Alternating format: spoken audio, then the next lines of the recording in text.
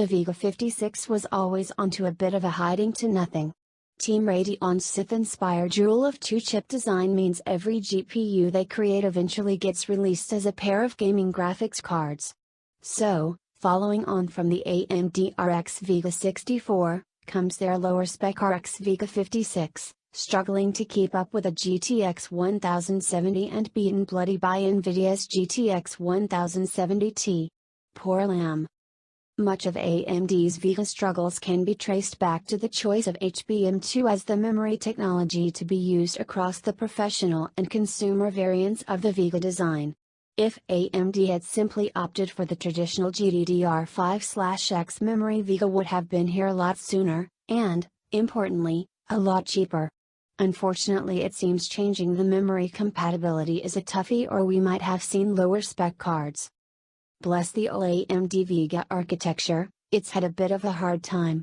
Since it was first announced, in hushed whispers, as the first high-end Radeon GPU in an age, it's been hailed both as the savior of AMD's graphics division and the architecture that might damn it.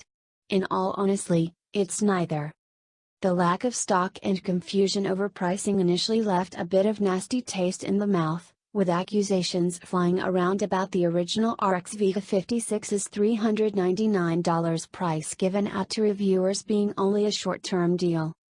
That's moot point now, with the nightmare of cryptocurrency miners grabbing all available GPUs. Both Vega cards are now almost as rare as a recent Twitter debate, making prices still artificially inflated at $480, £452, even after the crypto market has calmed down.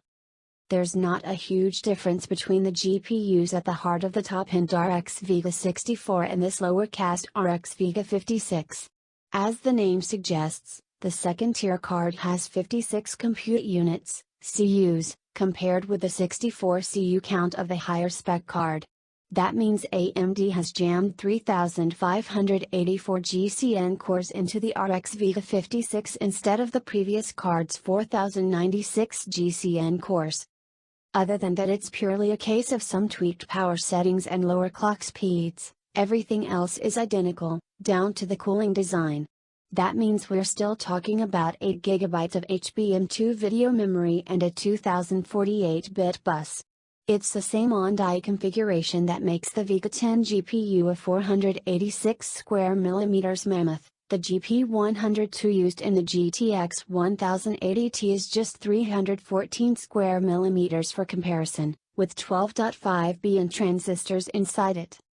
There's no liquid-chilled version of the RX Vega 56. Nor are there any Super Success Silver Shroud variants.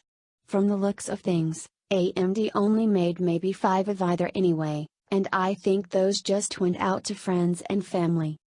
In terms of the actual Vega GPU architecture, we've gone into detail about what AMD's engineers have been trying to create in our RX Vega 64 review. Essentially, they're calling it their broadest architectural update in 5 years, which is when AMD unleashed the original graphics core Next, GCN, design, and it brings with it some interesting new features. One of which is the Infinity Fabric interconnect, binding the GPU with all the other components in the chip, making it a more modular architecture than previous generations.